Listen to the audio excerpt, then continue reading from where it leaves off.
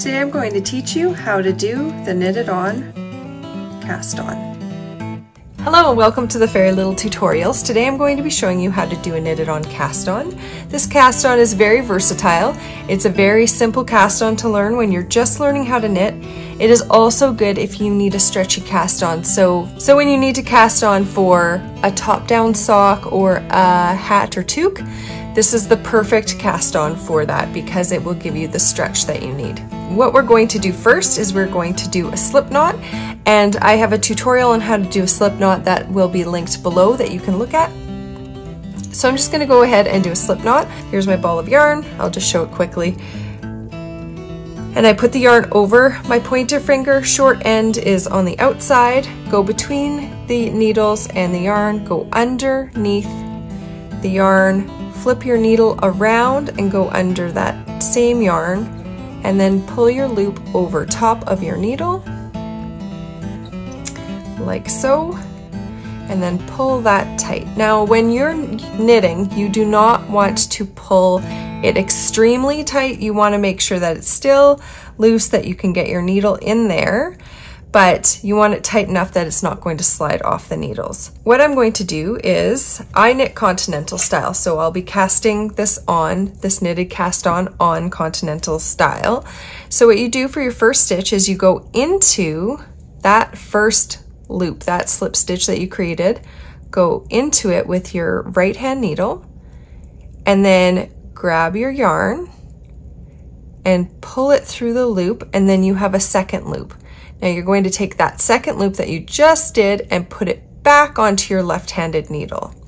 So now I have two stitches. So this is the slip knot, that's the setup stitch.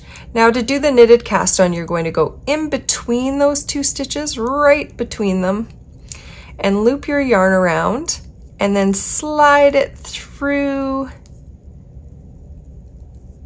those two stitches and then put it on. And you're going to keep working between your last two stitches that are done to continue on. So put it in between those stitches, through, loop, pull through, and on. So what happens with the knitted on cast on is that last stitch always looks a little bit wonky, but once you get knitting, it won't. So it gives you a really nice cast on, and it becomes very stretchy. So I'm going to try that again. In between the two stitches, yarn over, slide that yarn through, and put it back on. Between the last two stitches, yarn over, pull that yarn through, put that last stitch on.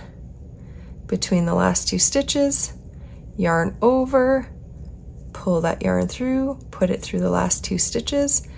Now if you're at a point where you're looking at it and thinking you did something wrong, that is completely fine because you're learning. So give yourself lots of grace for learning. If you made a mistake somewhere in here and it doesn't look quite right, all you have to do is pop those stitches off the end, take the yarn out, and then you can start from where it looks like you made that mistake.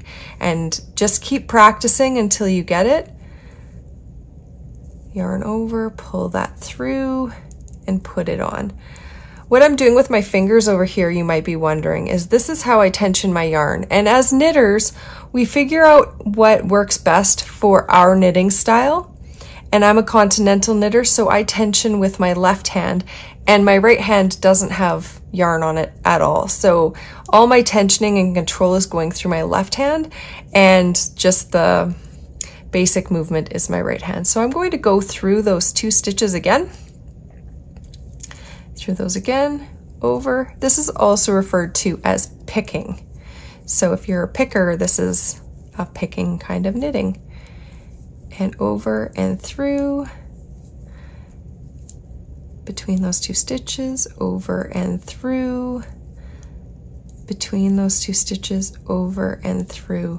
And so a really neat feature of YouTube is you can slow down videos if you need to. There's a control box. It either is a circle or it's 3 dots, and you can go in and you can change the speed. So you can slow this video right down to as slow as you need to watch it, to be able to go at the speed you need to go. So I'm going to split these stitches again, these last 2, over and through, and there we go. And you can watch this video over and over as many times as you need to,